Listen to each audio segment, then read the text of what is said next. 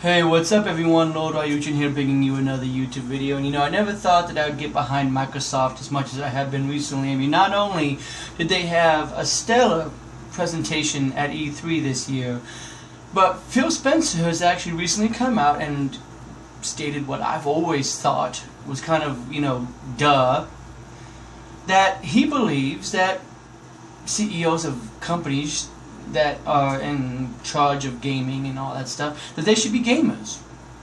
And yeah, I agree with that 100%. Way to go, Phil Spencer. I mean, Microsoft, you have had your goofs in the past, especially with the beginning of the Xbox One and with some of the things that happened with the 360, but you have been knocking it out of the park lately. I mean, not only have you made the Xbox One turn its fortunes around, but it seems like you got somebody behind the bat now who really knows what they're doing. And you see, this is why I wanted to talk about this, is because, yeah, I agree with this statement. I think that that's one of the reasons why we have companies like Konami that all they see is the dollar signs and they're not worried about it. And yeah, I know that that's kind of strange to talk about because, yeah, Capcom wants to make money. Of course, they want to stay in business. Any company wants to make profit and money, so of course they're going to do what they need to do to stay afloat and stay in business. But at the same time, you have companies like Nintendo that are ran by gamers. I mean, Satoru Iwata produces games. He used to make games. Miyamoto still makes games. He's been behind the creation of many of Nintendo's consoles. I mean, you have people that are at Nintendo that create games, so they understand that dynamic, which is another reason that I like. And now, that's probably one reason why Microsoft is not getting out of the park, because you have Phil Spencer, who sits there and he plays games. And he has himself, he may not be as large of a gamer as some of us, dedicating hours at a time to a game, but he at least has a knowledge of it. And I agree with this statement 100%. So way to go, Microsoft. Keep knocking it out of the park like this. And to all the corporations out there, follow suit. That's what you should do. I really do think that this is very sound dynamic. People at Konami need to have a gamer that's running it.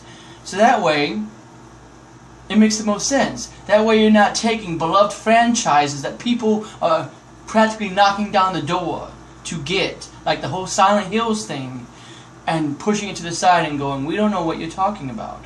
You can have someone that goes, look, people want a true Silent Hill. They want, they want a Castlevania game. They want this. They want that. Let's give it to them. Hey, I know that I just became the president here at Capcom, but people are asking for Mega Man. Why don't we give them a Mega Man? And I know that there's so much shenanigans going on now, especially between Konami and Kojima and all that stuff, that a lot of that stuff is starting to feel kind of childish, but I understand that you need to do what's best for the company, and you probably don't want to associate yourself with somebody like that. But at the same time, though, wouldn't you think that you'd want to get someone that's in charge of gaming up there?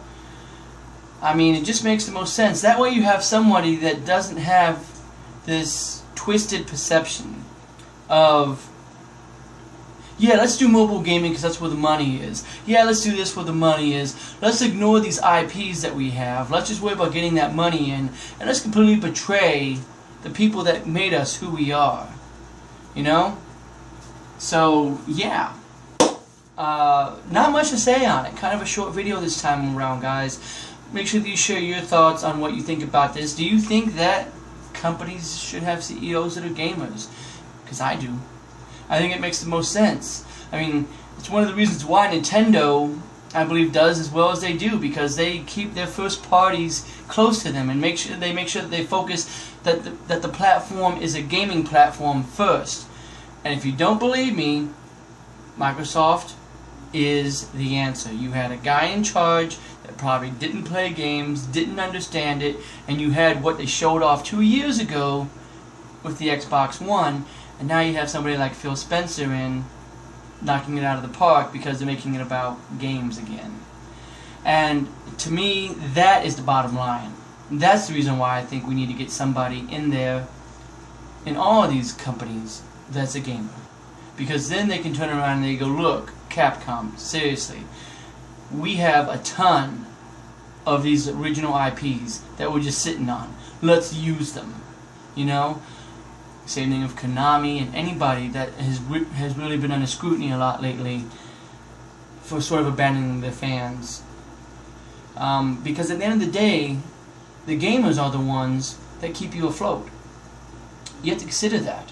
When you have, I mean, millions upon millions of people that play Resident Evil, and they want Resident Evil to go back to its roots, they want to give you money, and you're not listening to them, you're betraying them. And then with Capcom, you have Mighty Number 9 and all these other spiritual successors to these games that are making a ton of money. Obviously there's a demand for it, and they're the ones that are going to get the money and not you, because you've lost touch with the gamers, and the gamers are the ones that keep you afloat because you're a gaming company. So yes, get CEOs in there that are gamers. That's my 2 cents, guys. Thanks for watching as always, and I know I said it earlier, but make sure you put your 2 cents in the comments down below. Do you think that companies should have gamers as CEOs, presidents, vice presidents, whatever? Sound off in the comments below. I appreciate you guys watching as always. Appreciate all the support that I can get. Have yourself a good one, and I'll see you next time.